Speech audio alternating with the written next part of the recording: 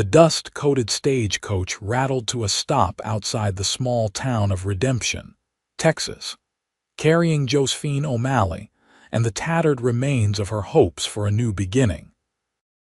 It was the summer of 1875, and after 3 weeks of grueling travel from Boston, she had finally arrived at her destination, the place where she was meant to meet the man whose letters had promised her a life of comfort and respect as his wife.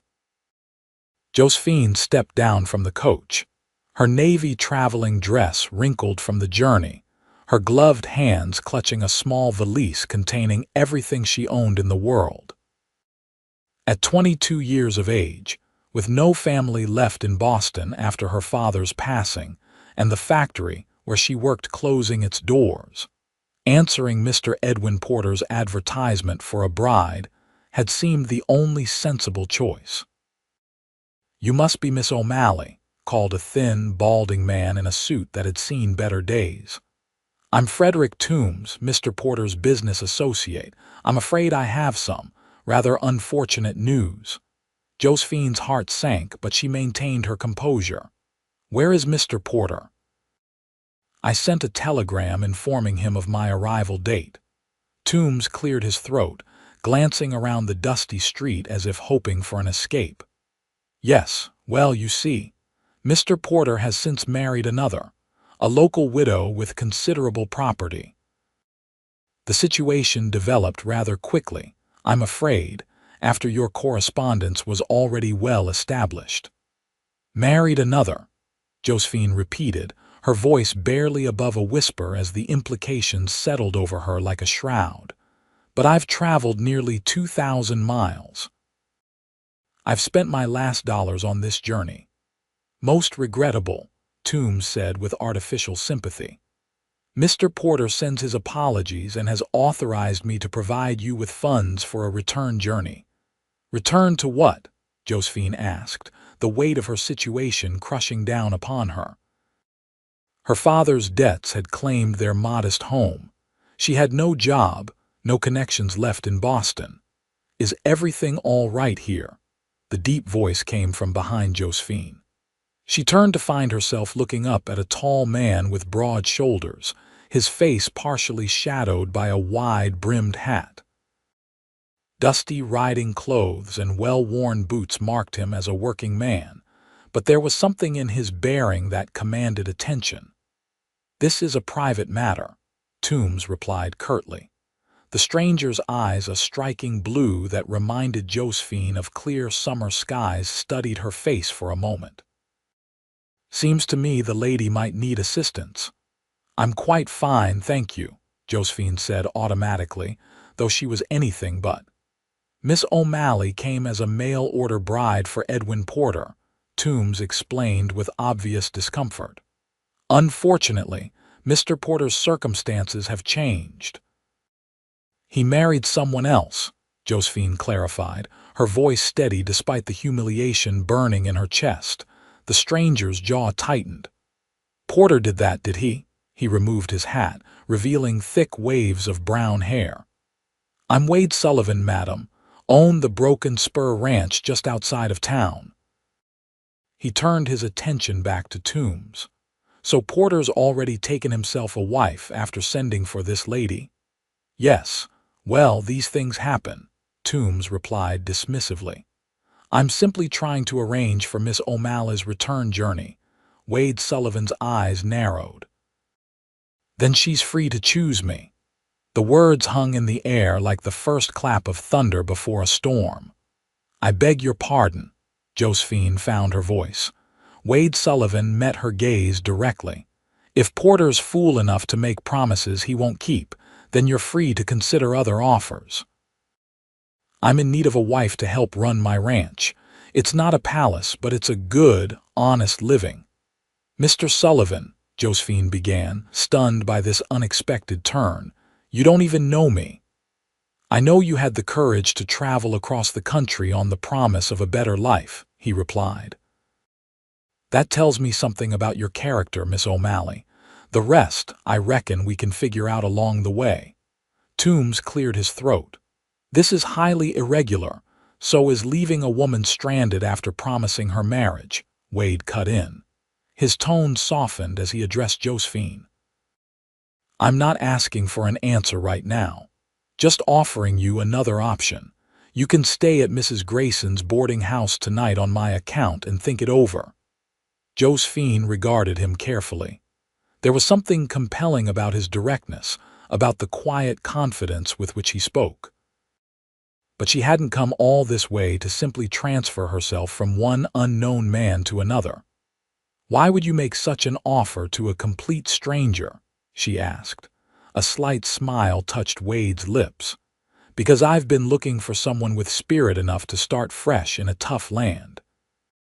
From the look in your eyes right now, I'd say you've got that in spades. And if I decline, Josephine asked, then I'll still pay for your room at the boarding house while you figure out your next move, Wade replied without hesitation. No strings attached. Josephine considered her limited options. She had some pride left, despite everything, and she wasn't about to marry the first man who offered after her humiliating rejection. But she needed time to think, and a safe place to do it. I'll accept your offer of lodging for tonight, Mr. Sullivan, she said finally. As for the rest, I'll need time to consider. Wade nodded, seeming neither disappointed nor surprised. Fair enough. He gestured toward a modest building down the street. Mrs. Grayson runs a respectable establishment. I'll walk you over. As they left a sputtering Tombs behind, Josephine felt the stares of townsfolk following them down the street. Her planned future had disintegrated in a matter of minutes, yet somehow she felt strangely unburdened. Perhaps it was the shock, or perhaps it was the unexpected appearance of this straightforward rancher who spoke to her, as if she had choices when she'd felt completely trapped. Either way, as the sun beat down on the dusty street of redemption, Josephine knew one thing for certain: her story in the West was only just beginning. Mrs. Grayson proved to be a kindly widow in her 50s with sharp eyes that seemed to miss nothing.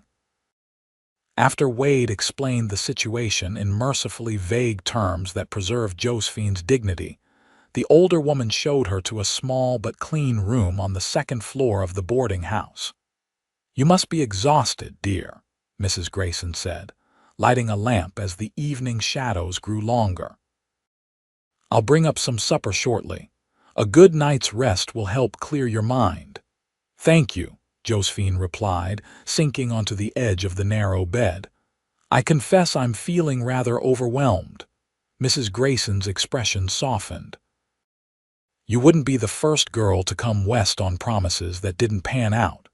But you've got grit, I can see it in your eyes.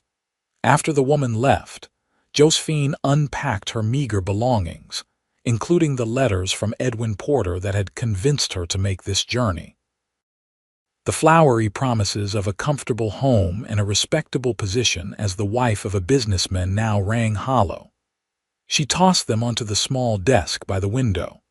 A soft knock at the door announced Mrs. Grayson with a tray bearing a bowl of stew, fresh bread, and a cup of coffee. Mr. Sullivan asked me to give you this as well, she added, placing a small envelope beside the tray. Once alone again, Josephine opened the envelope to find a brief note written in a surprisingly neat hand. Miss O'Malley, I understand you need time to consider your situation. I'll come by tomorrow at noon if you're willing to talk further. No pressure, just conversation. Wade Sullivan. Below the note was a small stack of dollar bills, enough to secure her room for at least a week, or to purchase a stage ticket to the nearest large city. Josephine stared at the money, conflicted. On one hand, she didn't want charity. On the other, she recognized the practical necessity of her situation. She set the money aside and turned to her meal, realizing how hungry she was after the day's events. As she ate by lamplight, Josephine gazed out the window at the town of Redemption. It wasn't what she'd pictured during those long nights in Boston when she'd read Porter's letters and imagined her new life. The buildings were more weathered, the streets dustier, the whole place smaller than she'd envisioned. Yet there was something honest about its rough edges that appealed to her more than Porter's too smooth promises. Morning brought renewed clarity. Josephine dressed in her best dress, a modest blue cotton with white trim, and made her way downstairs, where she found Mrs. Grayson preparing breakfast for her boarders. "There's coffee on the stove, dear," the older woman called, "and eggs coming right up." Josephine settled at the table, nodding politely to the other boarders, two traveling salesmen and an elderly gentleman who tipped his hat, before returning to his newspaper. She was finishing her breakfast when the front door opened, admitting a young woman about her own age, dressed in a fashion that seemed almost ostentatious for the early hour. "Miranda," Mrs. Grayson greeted, though Josephine detected a slight coolness in her tone. "What brings you by so early?" "Just being neighborly," the woman replied with a smile that didn't quite reach her eyes. She turned to Josephine. "You must be the Eastern girl who came for Edwin Porter." Josephine straightened her spine. "I'm Josephine O'Malley, yes." "Miranda Porter," the woman said, and Josephine felt as though she'd been doused with cold water. "Edwin's wife." The dining room fell silent as the other boarders suddenly became very interested in their meals. "I see," Josephine managed, keeping her voice level. "Congratulations on your marriage." Miranda Porter's smile sharpened. "Thank you. I just wanted to meet the woman my husband was corresponding with. Edwin told me all about it, of course. Such a misunderstanding." "Was it?" Josephine asked, unable to keep a hint of steel from her voice. "Well, of course. Edwin never intended for things to progress so far with your letters. He was merely being polite." Miranda adjusted a gold bracelet on her wrist. "We've been sweethearts since childhood, you see. Our marriage was always going to happen once my late husband's affairs were settled." Mrs. Grayson intervened before Josephine could respond. "Miranda, I'm sure you didn't come all this way just to clear up a misunderstanding." Miranda's eyes glittered. "Actually, I also came to offer Miss O'Malley a position. My household needs a new maid, and since she's already traveled all this way." The insult was so blatant that Josephine nearly laughed. Instead, she calmly set down her coffee cup. "How thoughtful of you, Mrs. Porter, but I believe I have other prospects to consider." "Oh." Miranda's perfectly shaped eyebrows arched. "I heard Wade Sullivan offered to make you his wife.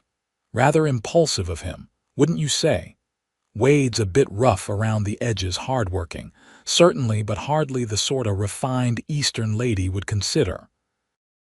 "I find honesty refreshing," Josephine replied coolly. Miranda's smile tightened. "Well, should you change your mind about the maid position, do let me know. It would be so much more appropriate than rushing into another hasty arrangement."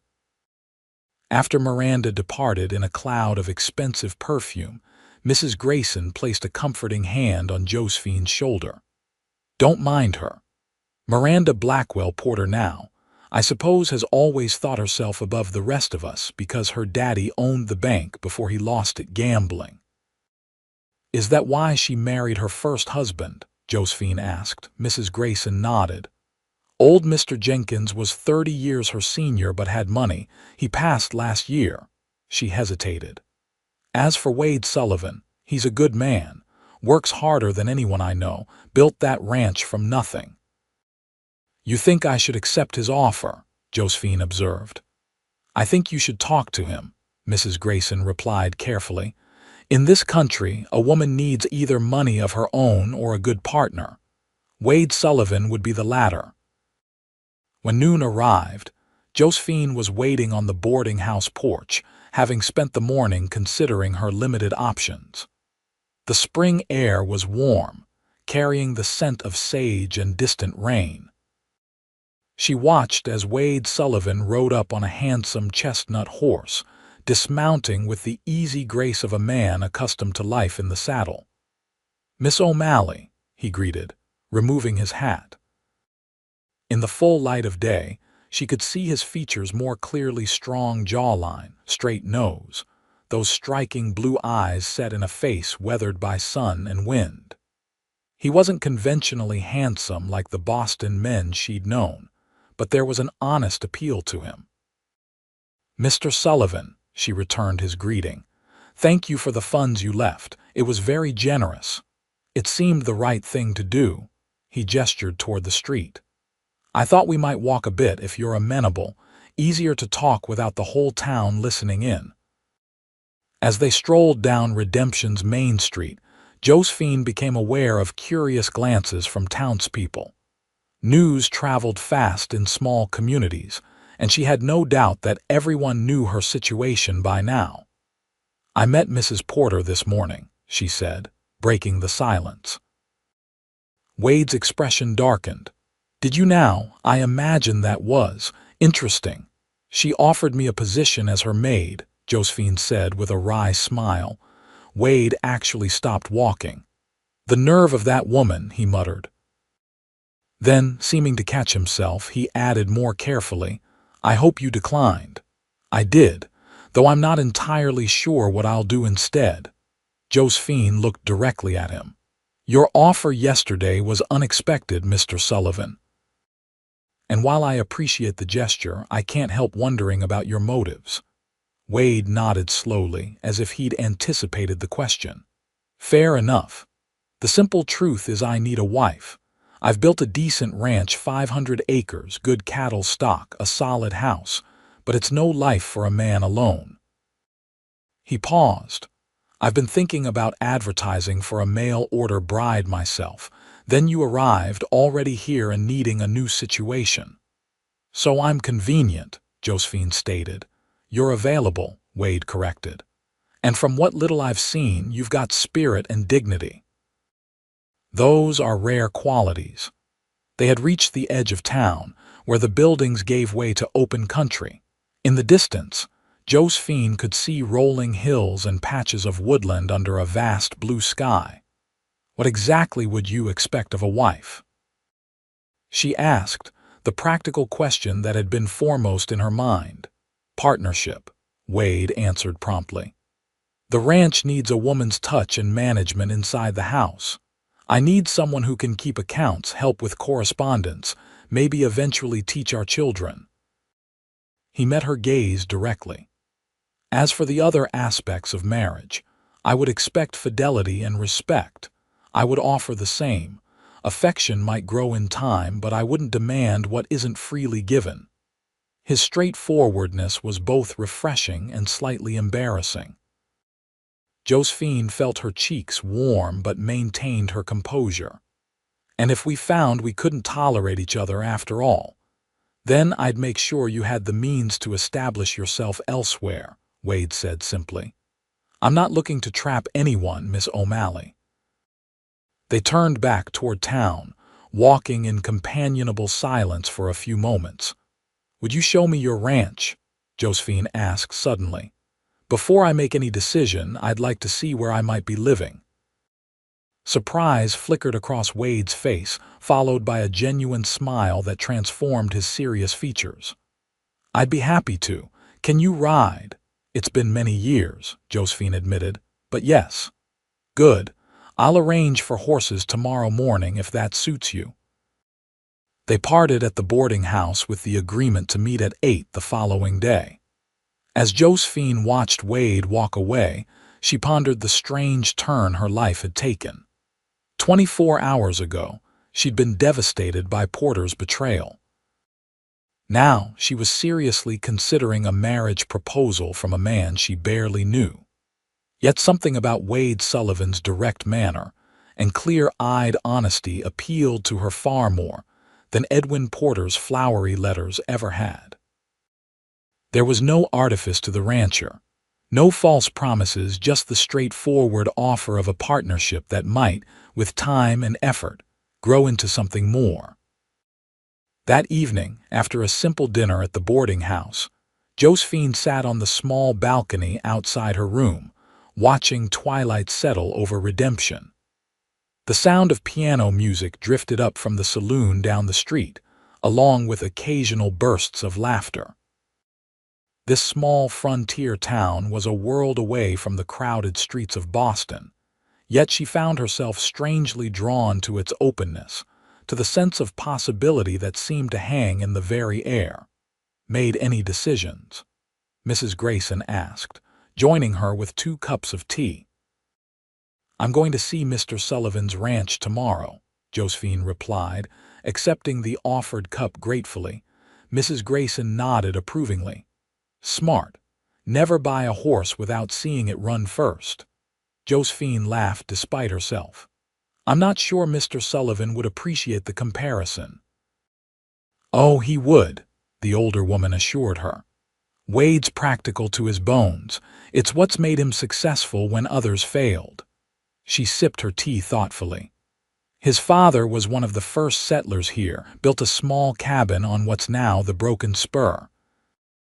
Died when Wade was just 16, leaving him to care for his mother and younger sister." "He has family?" Josephine asked, surprised Wade hadn't mentioned them. "Had," Mrs. Grayson corrected gently. "His mother passed from fever 5 years back. His sister married a shopkeeper in Denver 2 years ago." She patted Josephine's hand. "Wade Sullivan knows loss, knows how to rebuild, makes him a good man to have beside you in this country." With those words echoing in her mind, Josephine retired for the night, trying to imagine what her life might be like as Mrs. Wade Sullivan. It wasn't the future she'd planned, but then again, nothing about her journey west had gone as expected.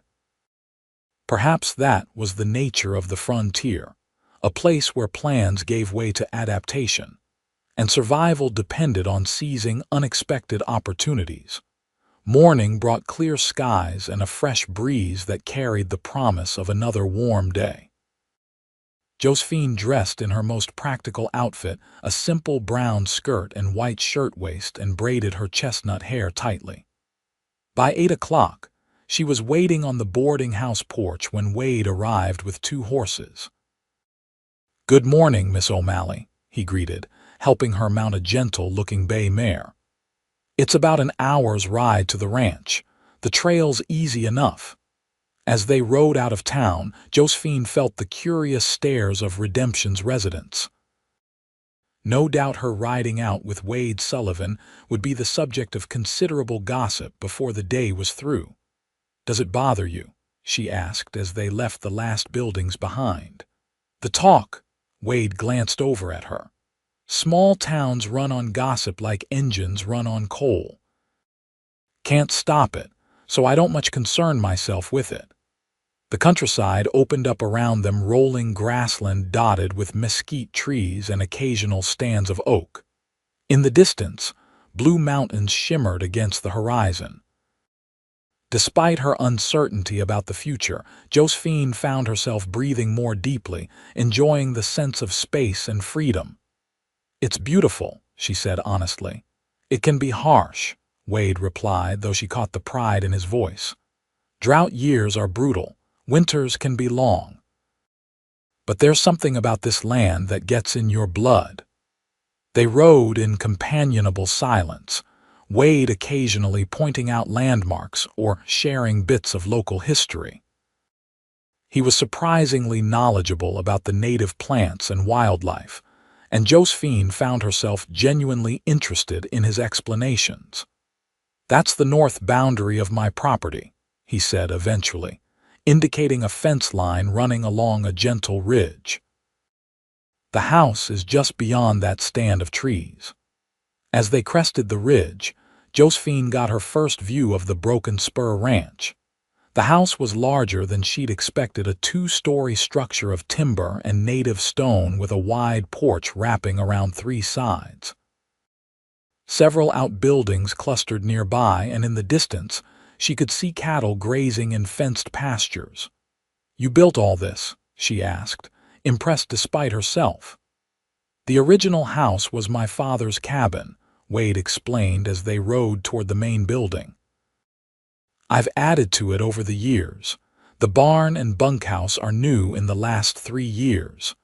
A young man emerged from the barn as they approached, hurrying over to take the horses. "Morning, boss," he called cheerfully. "Everything's quiet." "Miguel and Tom are checking the south fence line like you asked. Miss O'Malley, this is Daniel Cooper, one of my ranch hands," Wade introduced them. "Daniel, Miss Josephine O'Malley." The young man tipped his hat respectfully. "Madam, how many people work here?" Josephine asked as Wade helped her dismount. "4 permanent hands," he replied. "We hire extra help during roundup and branding season." He led her toward the house, and Josephine noted the well-tended garden to one side and the neat pathway of flat stones leading to the porch steps.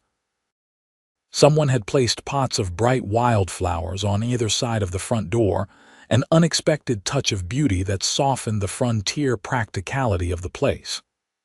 "Mrs. Hernandez comes from town 3 times a week to cook and clean," Wade explained, noticing her interest in the flowers.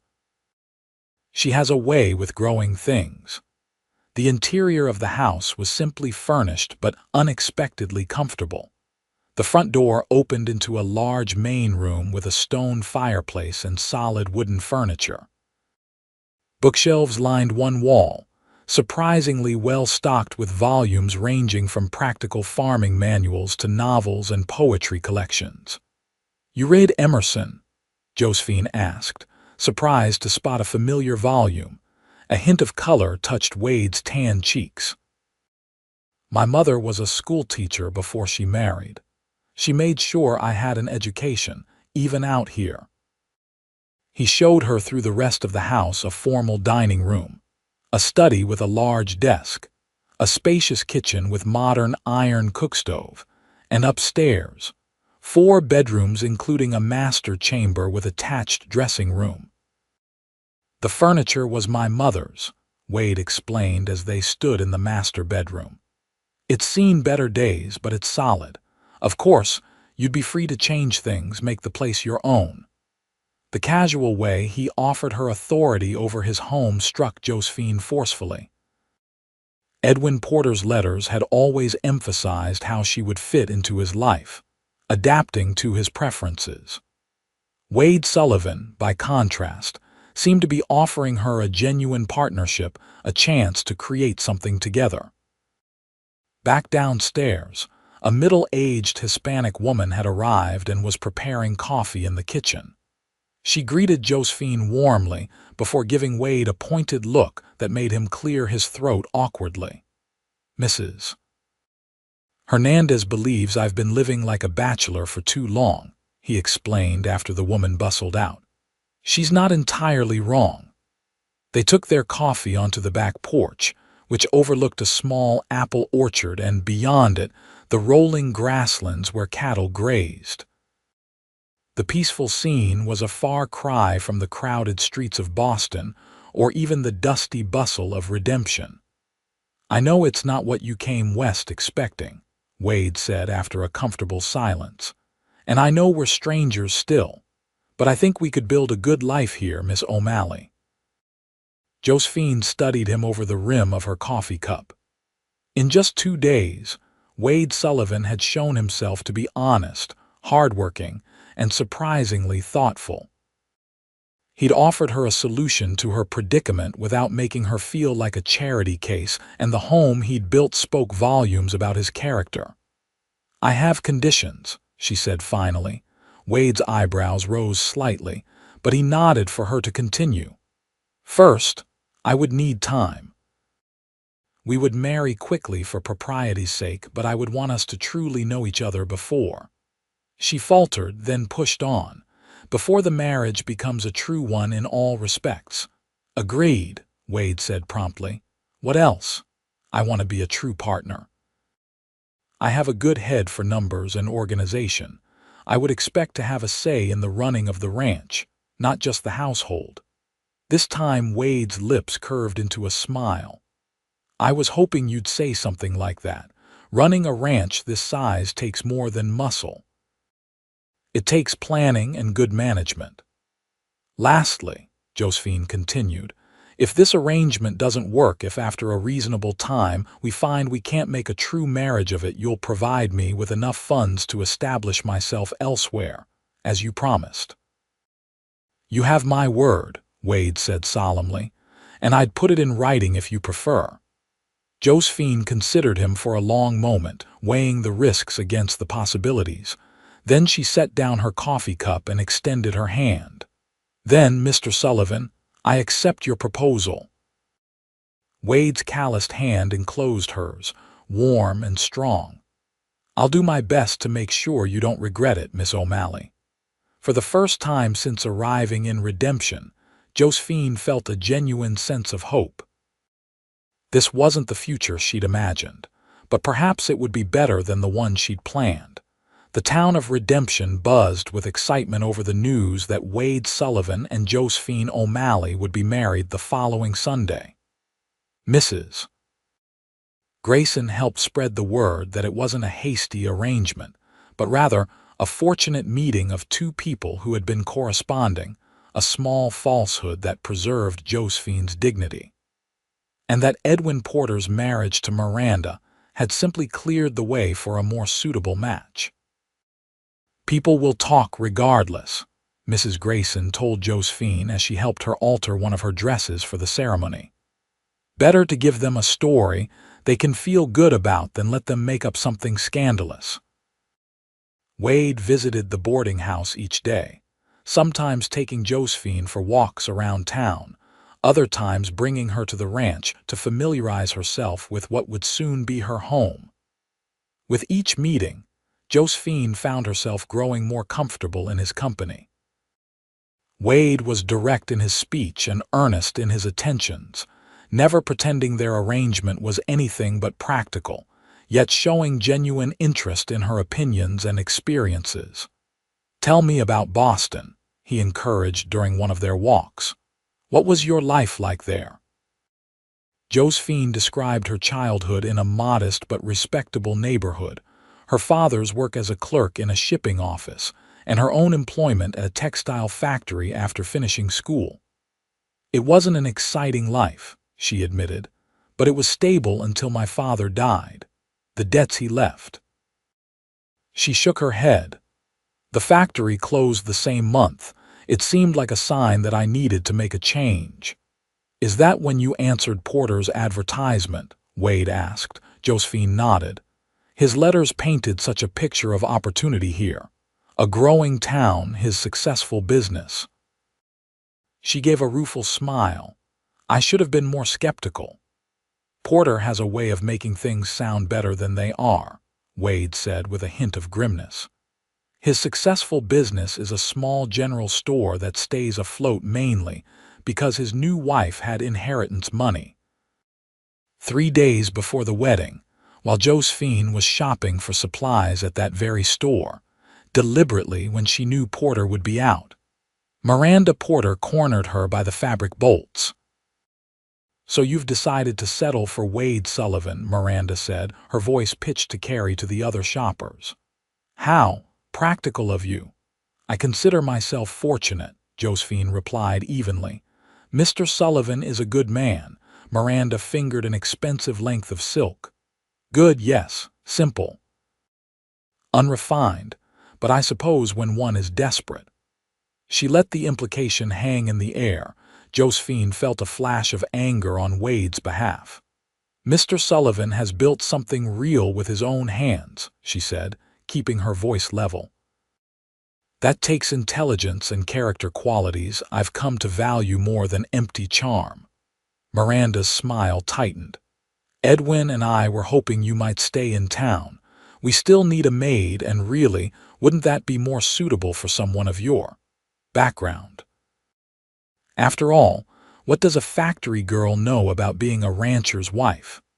About as much as a banker's spoiled daughter knows about genuine kindness," Josephine retorted before she could stop herself.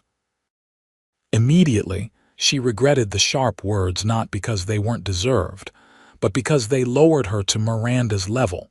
Miranda's face flushed with anger. "You'll regret speaking to me that way. My husband and I have influence in this town." And my future husband has earned respect, Josephine replied, gathering her purchases. Good day, Mrs. Porter.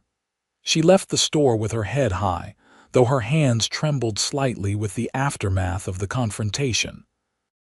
She was so distracted that she nearly collided with Wade, who was approaching the store. Josephine, he said, concern evident in his voice as he steadied her. It was the first time he'd used her given name, and despite her agitated state, she noted how naturally it sounded from his lips. What's wrong? Nothing, she said automatically, then reconsidered. Actually, I just had a rather unpleasant exchange with Mrs. Porter. Wade's expression darkened. What did Miranda say? Josephine hesitated, then decided honesty was best. She suggested I should reconsider being a maid in her household rather than your wife. The nerve of that woman, Wade muttered, echoing his reaction from days before. Miranda Blackwell always did think the world existed to serve her purposes. It doesn't matter, Josephine assured him. I'm not concerned with her opinion. Wade studied her face for a moment. Still, I'm sorry you had to face that. Some people in this town can be small-minded, and others can be surprisingly generous, Josephine countered, giving him a genuine smile. Mrs. Grayson is hosting a small gathering for us after the wedding. She said it's tradition for a bride to be properly welcomed to the community. Wade looked momentarily uncomfortable. You don't have to go through with this, you know.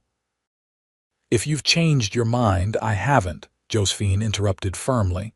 Unless you have. No, Wade said quickly. Not at all. A hint of a smile touched his lips. I just want to be sure you know what you're getting into, tying yourself to a rough rancher. I believe I'm tying myself to a good man, Josephine replied simply. The rest we'll figure out together. The Sunday of the wedding dawned clear and mild. Mrs. Grayson helped Josephine dress in her best gown, a pale blue silk that had been her mother's, carefully preserved and altered for the occasion. Her chestnut hair was arranged in a simple but elegant style, adorned with a small spray of wildflowers that one of the ranch hands had delivered that morning with Wade's compliments. The ceremony took place in Redemption's small church, attended by Mrs. Grayson, Wade's ranch hands, and a smattering of townspeople. Reverend Johnson kept the service brief but meaningful, speaking about partnership and mutual respect in terms that seemed particularly appropriate for their unique situation. When Wade slipped a simple gold band onto her finger, his mother's, he told her quietly and repeated his vows in a clear, steady voice. Josephine felt an unexpected surge of emotion. This wasn't the romantic culmination of a love match. Yet there was something profoundly moving about the sincerity in Wade's eyes as he promised to honor and cherish her. The gathering afterward at the boarding house was livelier than Josephine had expected. Mrs. Grayson had prepared a feast, and someone produced a fiddle for dancing. Josephine found herself welcomed warmly by most of the townspeople, many of whom seemed genuinely pleased that Wade Sullivan had finally taken a wife. About time that boy settled down, declared an elderly rancher as he shook Wade's hand vigorously. And you couldn't have found yourself a prettier bride. Josephine blushed at the compliment, especially when she caught Wade's eye and saw him nod in agreement.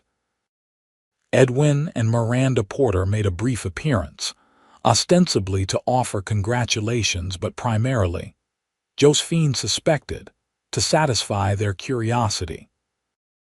Edwin, a thin, nervous man with oiled hair and an overly elaborate waistcoat, barely met her eyes as he mumbled good wishes, while Miranda's smile was as cold as winter frost. Such a charming, rustic celebration, Miranda commented, glancing dismissively around the boarding house parlor. I'm sure you'll be very happy in your little ranch house. Thank you, Mrs. Porter, Wade replied before Josephine could respond. We certainly will be, and we'd be delighted to have you and Edwin out to the Broken Spur sometime. It's been significantly expanded since you last saw it. Nearly twice the size of your father's old place before the bank took it, as I recall. Miranda's smile froze, and she tugged at her husband's arm. We really must be going, Edwin. So many social obligations tonight. After they departed, Josephine gave Wade a questioning look. That was rather pointed. Wade had the grace to look slightly abashed. Sorry, Miranda's father foreclosed on several struggling ranches during the drought years, including my father's original property. I bought it back acre by acre once I got established. He paused. I shouldn't have let her get under my skin on our wedding day. I think we're even then, Josephine said with a small smile. I may have implied she was a spoiled, unkind woman when she confronted me in the store. Wade's surprised laugh drew curious glances from nearby guests. I'd have paid good money to see that, he said, his blue eyes warm with appreciation. As the celebration continued into the evening, Josephine found herself genuinely enjoying the company of her new neighbors. Mrs.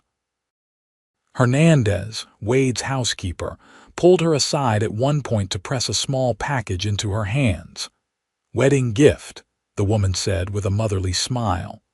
Special tea good for bride's nerves. Josephine thanked her, touched by the thoughtfulness of the gesture and the tacit acknowledgement of her unusual circumstance. As twilight settled over Redemption, Wade approached her where she stood catching her breath after a lively dance. Ready to head home? He asked quietly. It's a bit of a ride, and I don't want to tire you out completely. Home. The word sent a flutter of nervousness through Josephine's stomach. She was now Mrs. Wade Sullivan, and the Broken Spur was indeed her home. They said their goodbyes, accepting congratulations and good wishes from the assembled guests. Mrs. Grayson hugged Josephine tightly.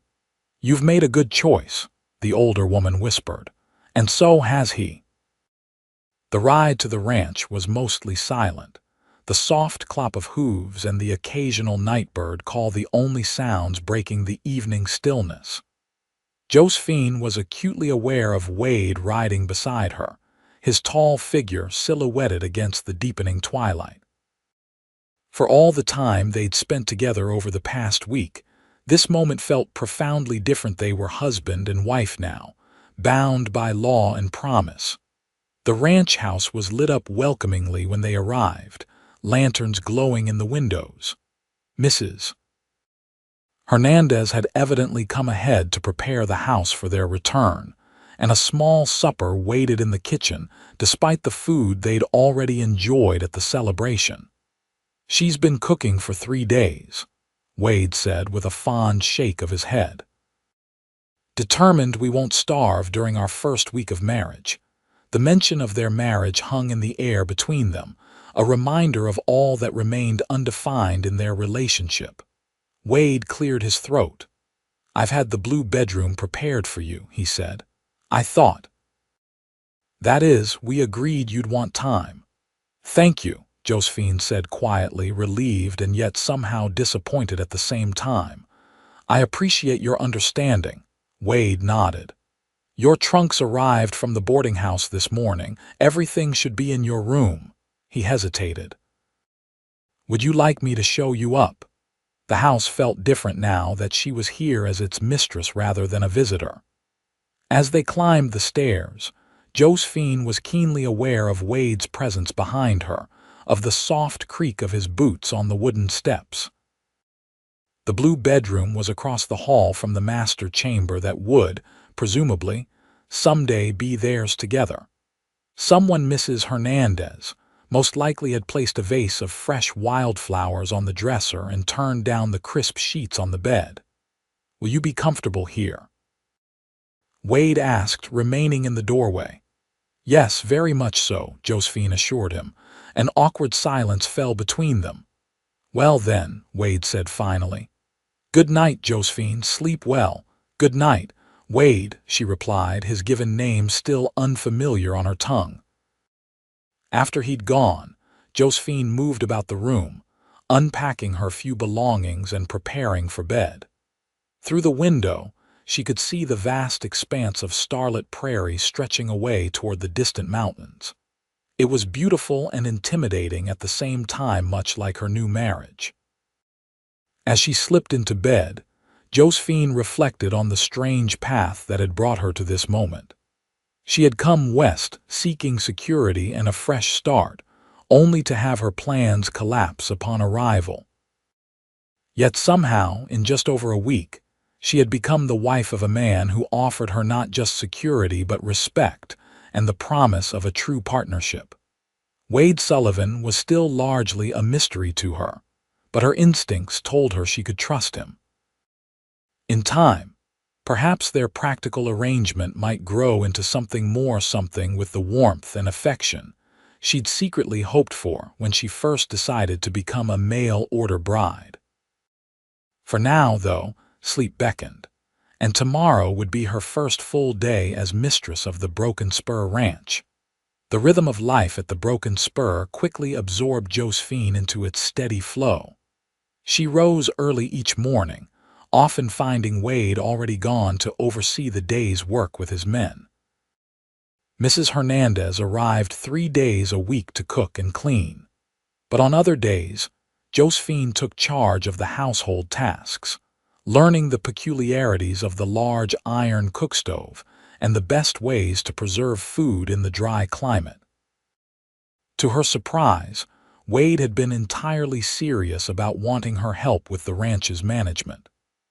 On her 3rd day as his wife, he showed her to the study and opened the leather-bound ledgers that tracked the ranch's finances. "My system's not very sophisticated," he admitted as she examined the neatly written columns of figures. "My father taught me basic bookkeeping, but I know there are better methods."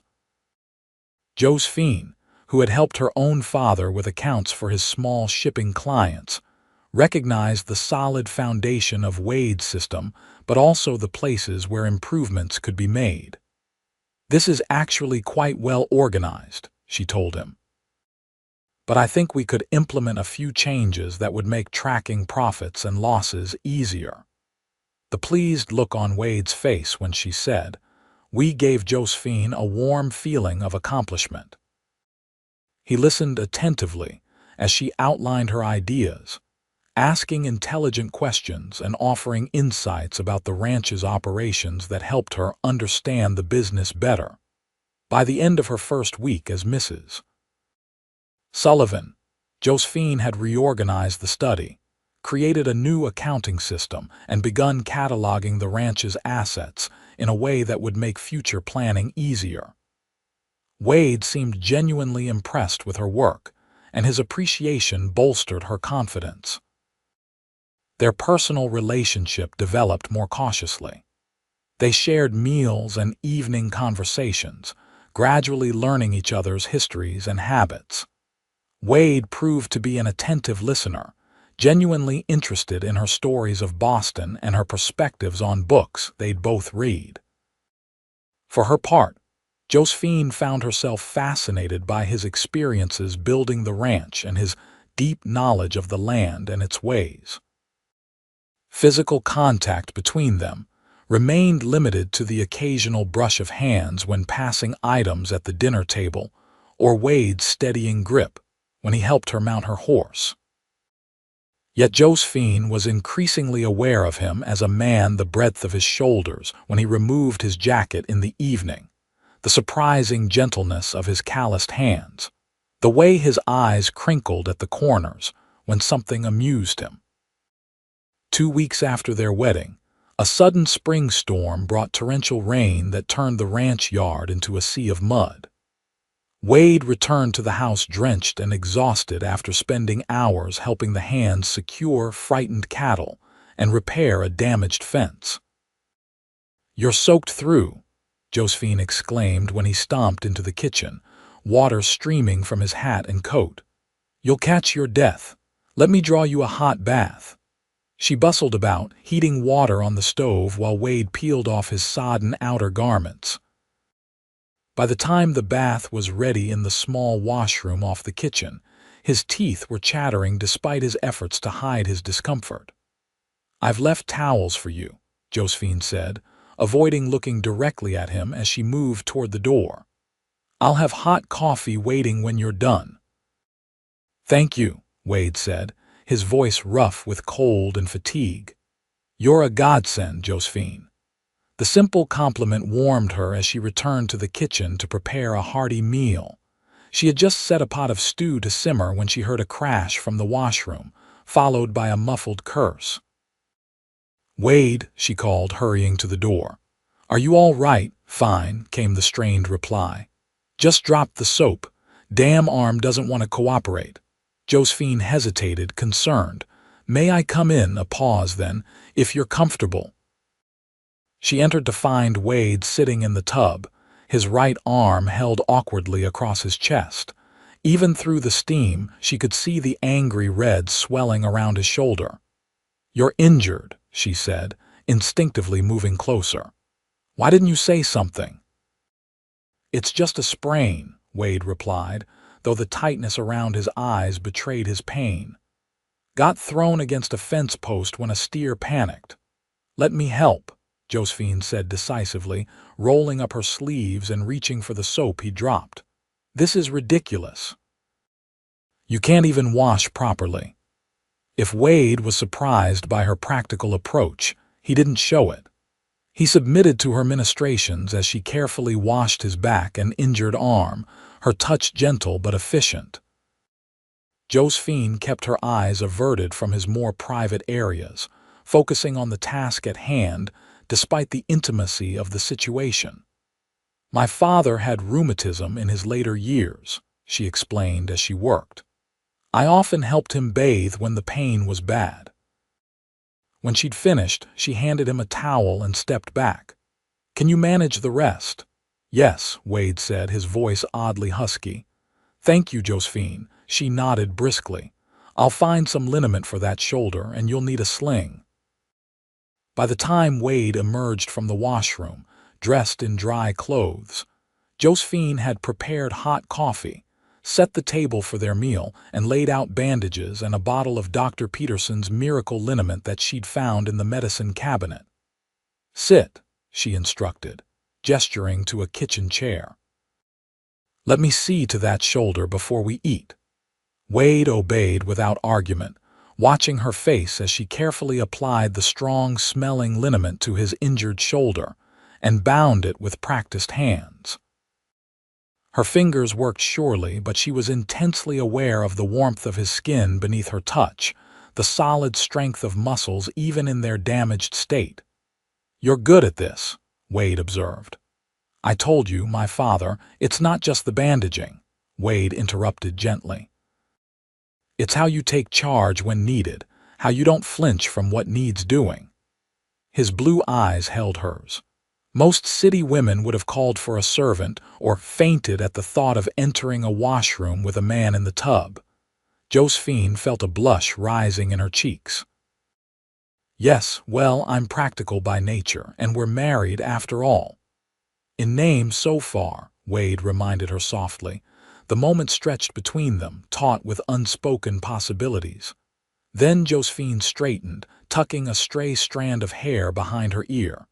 "The stew will be ready. You need to eat and rest."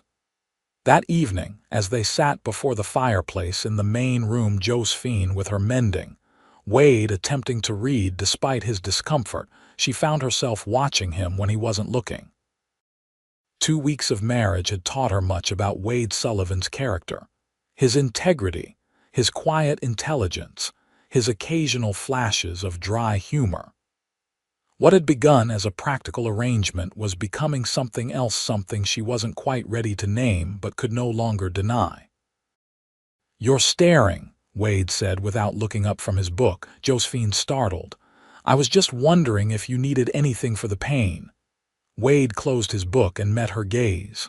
"Josephine, I think we should talk." Her heart quickened. "About what?" "About us. This arrangement." He set the book aside. "You've been here 2 weeks now. Are you content with your decision?" "Yes," she answered honestly. "More than I expected to be." Relief flickered across Wade's features. "Good. I've been worried you might be regretting your choice." "Why would you think that?" Josephine asked, surprised. Wade shrugged his good shoulder. "You came west expecting to marry a businessman, live in town. Instead, you're miles from anywhere with a rancher who's gone before dawn most days and comes home covered in dust or worse." Josephine set aside her mending and looked at him directly. "Edwin Porter lured me west with empty promises and then discarded me when something more convenient came along. You offered me honesty and partnership when I had nowhere to turn." She paused. "I've never regretted accepting your proposal, Wade." In the firelight, his eyes seemed deeper blue than usual, intent on her face. "I'm glad, because I've found myself increasingly grateful that Porter was fool enough to let you go." The simple statement, delivered in Wade's straightforward manner, sent warmth spreading through Josephine's chest. "Well," she said, trying to keep her voice light, "his loss is your gain, I suppose."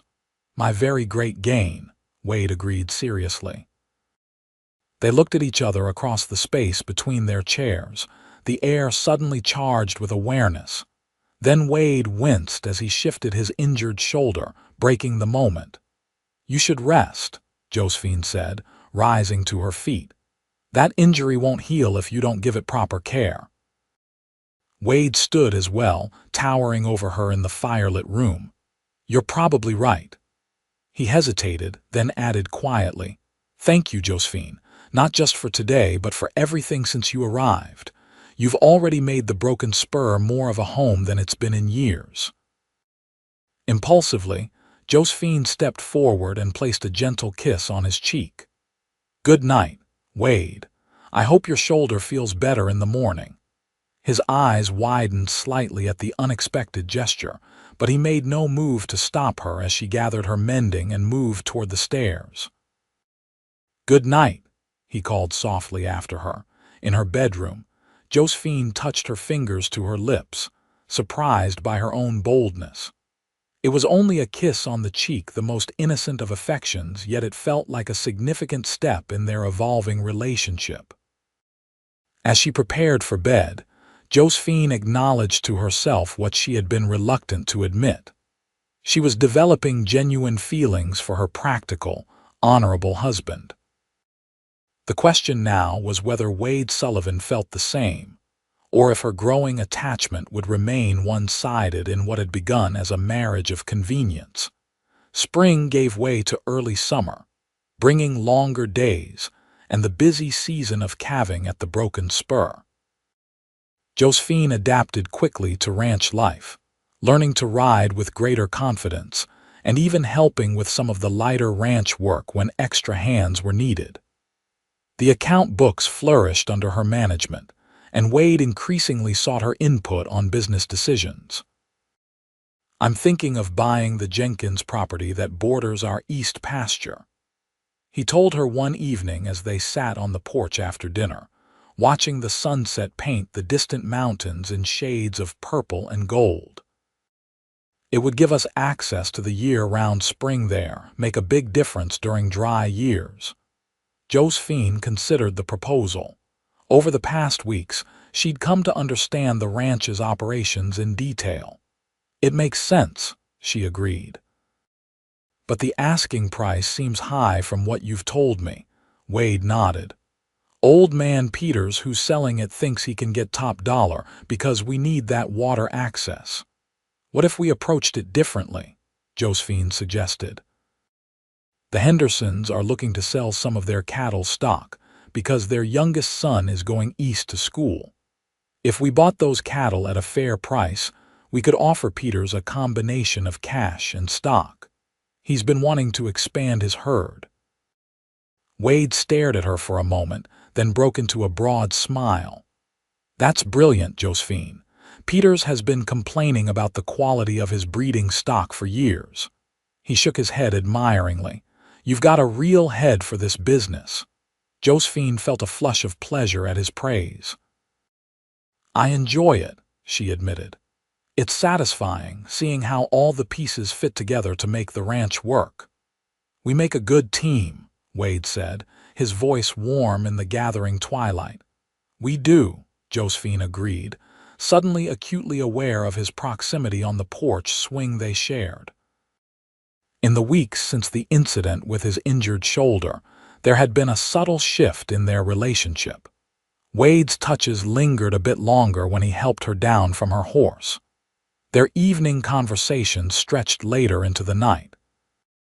They had developed a comfortable routine together, but beneath it ran an undercurrent of growing attraction that neither had openly acknowledged. "I've been thinking," Wade said after a moment of companionable silence, "about our arrangement." Josephine's heart quickened. "Oh, you've been here almost 2 months now." He turned to face her more directly, his expression serious in the fading light. "I promised you time, and I've tried to keep that promise, but I want you to know." He paused, seeming to search for the right words. "I want you to know that my feelings for you have grown beyond our practical agreement." The simple, honest declaration hung in the air between them. Josephine found herself suddenly breathless, both thrilled and nervous at the direction of their conversation. "When I offered marriage that day in town," Wade continued when she didn't immediately respond, "it was partly because you needed help and partly because I needed a wife to help run this place. But these weeks with you—" He reached out to take her hand. "Josephine, I'm falling in love with you. I think maybe I started that very first day when you stood in the street with your chin up despite everything that had happened." "Wade," Josephine managed, her voice barely above a whisper. "You don't have to say anything now," he assured her quickly. "I just wanted you to know where I stand. Our original agreement still holds. I won't press you for more than you're ready to give." Josephine looked down at their joined hands, as large and weathered from years of hard work, her smaller but developing calluses of her own from ranch life. "I've been thinking too," she admitted, "about us. About how different this has been from what I expected." Wade waited patiently as she gathered her thoughts. "When I came west, I thought I knew what I wanted," Josephine continued. "Security, respectability, a comfortable life with a man I might eventually come to care for." She met his eyes. "I never expected to find someone like you, someone who values my mind as much as my domestic skills, who treats me as a genuine partner." She took a deep breath. "I never expected to find myself falling in love with a rancher who proposed to me 5 minutes after we met." Wade's face transformed with hope. "Josephine, are you saying—" "I'm saying that I think it's time we considered ourselves truly married," she replied softly. "In all ways." The joy that lit Wade's features made him look suddenly younger, almost boyish despite his weathered features. He lifted her hand to his lips, pressing a fervent kiss against her palm that sent shivers up her arm. "Are you certain?" he asked, his voice husky. "I don't want you to feel rushed." "I'm certain," Josephine assured him, her heart pounding with a mixture of nervousness and anticipation. "I think perhaps I've been certain for weeks, but afraid to admit it to myself." Wade reached out to touch her cheek, his calloused fingertips infinitely gentle against her skin. "I never thought I'd be grateful to Edwin Porter for anything," he said with a wry smile, "but I thank God every day that he was fool enough to let you go." "Then she's free to choose me," Josephine quoted softly, echoing his words from that first day. "And I'm thanking my lucky stars that you did," Wade replied, leaning forward to kiss her properly for the first time. His lips were warm and surprisingly soft against hers, the kiss beginning tentatively and growing in confidence as she responded. Josephine had been kissed before awkward, fumbling experiences with a boy from her neighborhood in Boston, but never like this, never with this sense of rightness and belonging. When they finally drew apart, The first stars had appeared in the darkening sky above them. Wade's arm had found its way around her shoulders, drawing her against his side in a way that felt both protective and possessive. "Mrs. Sullivan," he said with a tenderness that made her heart skip, "would you do me the honor of sharing my room tonight?" "I would," Josephine replied, her voice steady despite the butterflies in her stomach. "I believe it's time I properly took up my duties as your wife." Wade's answering smile held both desire and deep affection. "Not duties," he corrected gently. "Never think of it that way. What's between us now is about wanting, not obligation." Later that night, in the master bedroom that was now truly theirs, Josephine discovered the truth of Wade's words. He was patient and considerate, guiding her through the initial awkwardness with tender humor and obvious devotion.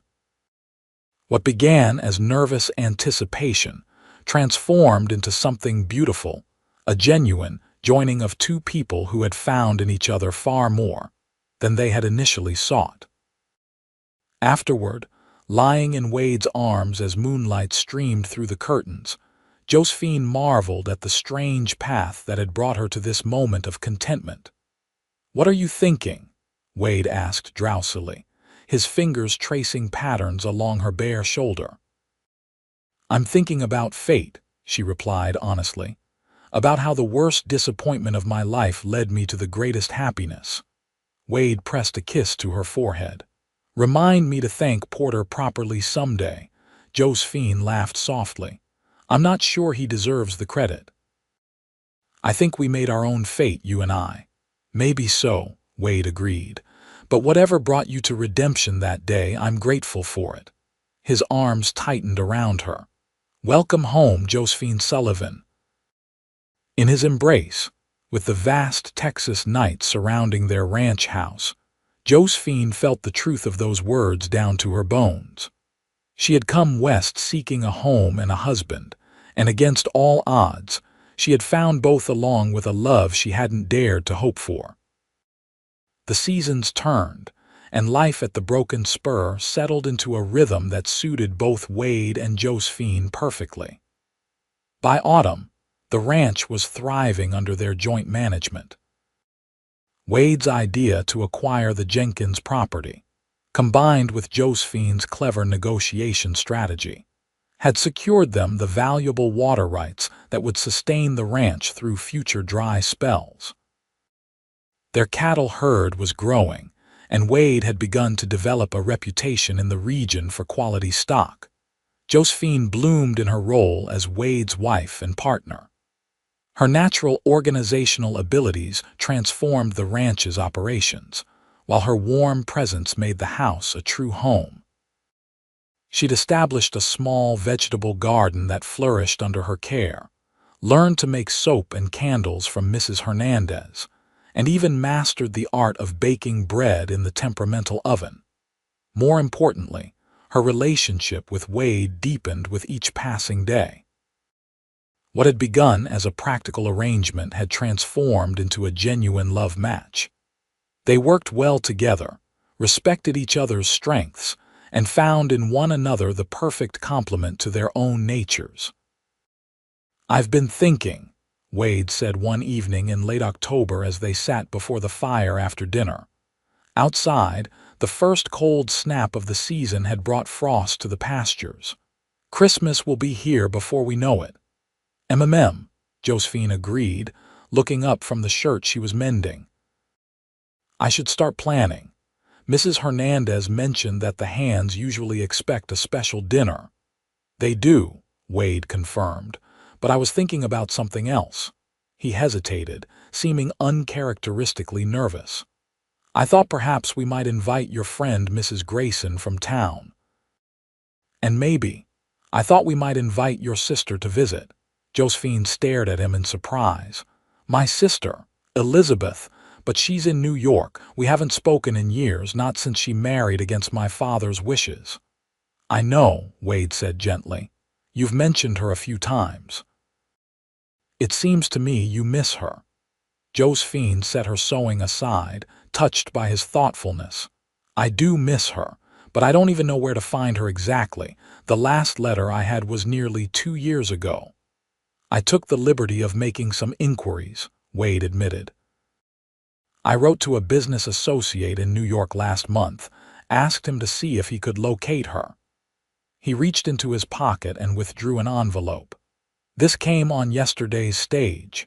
With trembling fingers, Josephine accepted the envelope. Inside was a brief note from Wade's associate confirming that Elizabeth O'Malley Bennett was indeed living in New York City, along with an address where she could be reached. "You did this for me?" Josephine asked, tears welling in her eyes. Wade moved to kneel beside her chair, taking her hands in his. "You've given up so much to be here with me, your home, your city, everything familiar.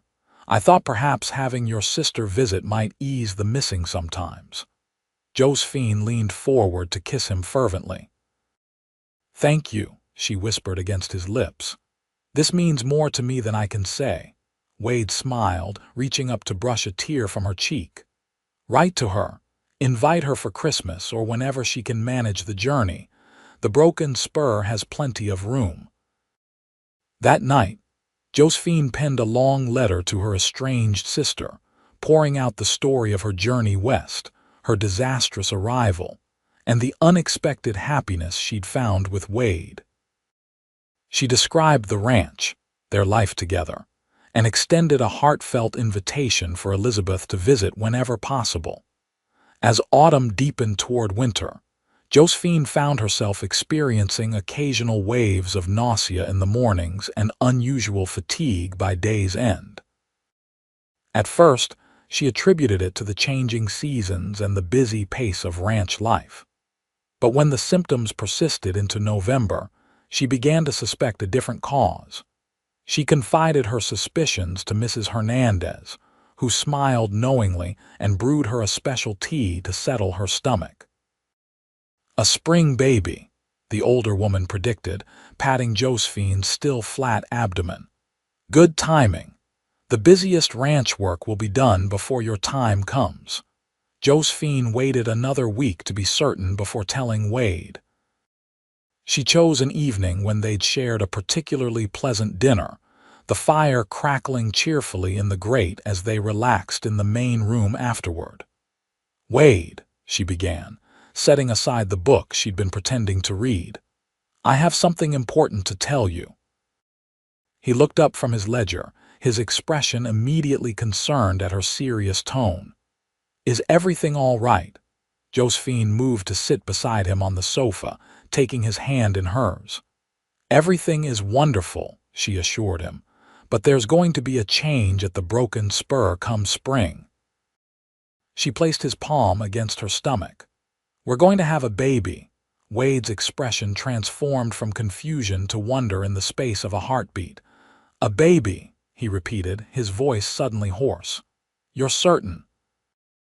Josephine nodded, her own eyes filling with happy tears at the joy spreading across his face.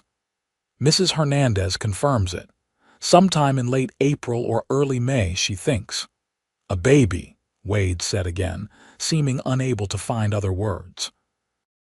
His hand spread protectively over her abdomen, and he suddenly pulled her into a fierce embrace. "Josephine, my God, I can't believe," he broke off, overcome with emotion. When he drew back, Josephine was startled to see tears in his eyes. "I never thought I'd have this," he admitted. "A wife I adore, a child on the way. After my parents died, I figured the ranch would be legacy enough." "You'll be a wonderful father," Josephine told him, certain of this as she was of few other things in life. Wade kissed her tenderly. "And you're already an amazing wife and will be an incredible mother." His hand returned to her stomach. "A baby," he said again, wonder still evident in his voice. The news of Josephine's pregnancy seemed to make their home even warmer as winter settled over the Broken Spur. Wade became adorably protective, insisting she rest more and hiring a local girl to help with the heavier household tasks. The ranch hands, when told the news, reacted with genuine pleasure, and immediately set about treating Josephine as if she were made of delicate china. "I'm pregnant, not invalid," she protested laughingly to Daniel Cooper, Wade's foreman, when he refused to let her carry a basket of eggs from the henhouse. "Boss would have my hide if you strained yourself, madam," Daniel replied good-naturedly. "Besides, we're all looking forward to having a little Sullivan around the place." In early December, a letter arrived from Elizabeth. Josephine's hands shook as she broke the seal, nervous about what her sister might say after so many years of separation. The letter proved to be everything she could have hoped for: warm, affectionate, and full of joy at reconnecting. Elizabeth wrote of her life in New York with her husband James, a successful architect, and their 2 young children. She expressed heartfelt happiness about Josephine's marriage, and eagerly accepted the invitation to visit, though not for Christmas, as her children were still too small for such a long winter journey. Instead, she proposed coming in May, when travel would be easier. "May will be perfect," Wade said when Josephine shared the letter's contents. "The baby will be here by then. Elizabeth can meet her niece or nephew." "You don't mind waiting so long for her visit?" Josephine asked. Wade smiled, pulling her close. "Honestly, I'm relieved. I want your full attention when our child arrives. There will be plenty of time for family visits afterward." Christmas at the Broken Spur was a joyous affair. Mrs. Grayson came from town to stay for 3 days, bringing gifts and gossip in equal measure. The ranch hands joined them for a magnificent dinner prepared by Mrs. Hernandez and Josephine, and afterward they gathered in the main room for music and storytelling. "Miranda Porter has been telling everyone in town that your marriage won't last 6 months, Mrs. Grayson confided to Josephine as they prepared dessert in the kitchen. "She'll be eating crow when news of the baby gets out." Josephine smiled, one hand resting on the slight swell of her abdomen. "I haven't seen the Porters since summer. Wade and I have been too busy with the ranch." "Well, they've seen you," Mrs. Grayson replied. "Or at least they've heard how successful the Broken Spur is becoming under your joint management. Edwin's store isn't doing so well. Miranda's spending habits are catching up to them, from what I hear." Josephine felt no pleasure at the Porters' difficulties, but couldn't help a small sense of satisfaction that she'd found such happiness after Edwin's callous treatment. "I hope they work things out," she said diplomatically. Mrs. Grayson patted her hand. "You're a better woman than I am, dear. But then, you always were special. Wade saw it right away, you know. The day you arrived, after he met you at the stage, he stopped by my boarding house to arrange your room, and I could tell something had shifted in him. He had a look I'd never seen before, like a man who'd glimpsed something precious and wasn't about to let it slip away." The winter months passed in a blur of preparation. Wade and the hands converted the bedroom next to the master chamber into a nursery, painting the walls a cheerful yellow and crafting a beautiful wooden cradle. Mrs. Hernandez taught Josephine to make soft blankets and tiny garments, while Wade rode all the way to Fort Worth to purchase a rocking chair from an actual furniture store rather than relying on local carpentry. "It needs to be perfect," he insisted, when Josephine protested the expense. "You'll be spending hours in that chair with our child." As spring arrived, bringing new calves to the pastures and fresh green to the prairie, Josephine grew increasingly ready for her confinement to end. Her slender frame now carried a substantial bump, making movement awkward and sleep difficult. "Just a few more weeks," Wade would murmur each night as he rubbed her aching back and helped her find a comfortable position. April brought warm days and the sweet scent of wildflowers to the Broken Spur. Dr. Wilson from town began making weekly visits to check on Josephine's progress, assuring both her and Wade that everything was proceeding normally. First babies sometimes take their time, the doctor said during his visit in the 3rd week of April. But I wouldn't be surprised if yours decided to arrive early. The baby's already in position, and you've been having practice contractions for days. 2 nights later, Josephine woke just after midnight with a sharp pain that was unmistakably different from the practice contractions she'd experienced. She placed a hand on Wade's shoulder, gently shaking him awake. "Wade," she said calmly, "I think it's time to send for the doctor." The next hours passed in a blur of pain and effort. Wade sent Daniel riding for Dr. Wilson while Mrs. Hernandez, who had been staying in the house for the past week in anticipation of this moment, prepared the bedroom and set water to boil. By the time the doctor arrived, Josephine's labor was well established. Wade paced anxiously outside the bedroom door, wincing with each cry of pain from within, until Mrs. Hernandez emerged to firmly direct him downstairs. "No place for a man," she told him bluntly. "Go make coffee. This will take time." Dawn was breaking over the eastern hills when a new cry joined Josephine's, the thin, indignant wail of a newborn taking its first breath.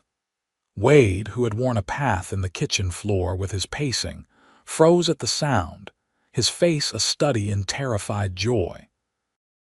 10 minutes later, Dr. Wilson appeared at the top of the stairs, tired but smiling. "Congratulations, Mr. Sullivan," he called down. "You have a healthy son." Wade took the stairs 2 at a time, barely acknowledging the doctor's amused chuckle as he rushed past. In the bedroom, he found Josephine propped against pillows, her face exhausted but radiant, cradling a small bundle wrapped in one of the blankets she'd made. "Wade," she whispered as he approached the bed cautiously, "come meet your son." With trembling hands, Wade accepted the tiny bundle, staring down in awe at the scrunched red face of his newborn child. The baby had a surprising amount of dark hair, and when he briefly opened his eyes, revealed a hint of blue that matched his father's. "He's perfect," Wade said, his voice thick with emotion. "Josephine, you're amazing. I can't believe," he broke off, overwhelmed. "Thank you for him, for everything." He carefully returned the baby to Josephine's arms and sat on the edge of the bed, one arm around her shoulders, the other hand gently touching his son's cheek. "What shall we call him?" Josephine asked. Wade had been considering names for months, but suddenly knew with certainty. "William," he said, "after my father, William Joseph Sullivan." Josephine smiled tiredly. "William Joseph. It's perfect." She leaned against Wade's shoulder, her eyes drooping with exhaustion. "I love you, Wade Sullivan." "And I love you, Josephine Sullivan," he replied, pressing a kiss to her forehead. "More than I ever thought possible." As spring gave way to summer, William, quickly nicknamed Will, thrived under the doting attention of his parents. He proved to be an easy baby, with Wade's blue eyes and Josephine's auburn hair, and a temperament that mixed his father's steadiness with his mother's quick intelligence. In late May, as promised, Elizabeth arrived for a month-long visit, bringing joyful reunion and the chance for the sisters to rebuild their relationship after years apart. She fell instantly in love with her nephew and developed a warm rapport with Wade, who she declared was exactly the sort of man my sister deserves. "I still can't believe how this all happened," Elizabeth said one evening as the sisters sat on the porch, watching Wade show Elizabeth's husband James around the corral where a new breeding stallion was kept. Will slept peacefully in a basket between them. "You came west to marry one man and ended up with another the very same day," Josephine smiled, looking out over the ranch that had become her beloved home. "It wasn't quite that simple," she corrected gently. "Wade and I took time to know each other. But yes, sometimes I can hardly believe it myself. And to think, if Edwin Porter hadn't been such a scoundrel, you might have missed all this," Elizabeth marveled. Josephine reached down to adjust the blanket around her sleeping son. "Wade says we should send Porter a thank-you note someday," she said with a laugh. "Have you seen the Porters since?" "Well, since everything happened," Elizabeth asked curiously. "Not often," Josephine admitted. "We cross paths in town occasionally." Miranda always makes a point of commenting on how rustic ranch life must be, while secretly envying everything you have, Elizabeth observed shrewdly. Josephine shrugged.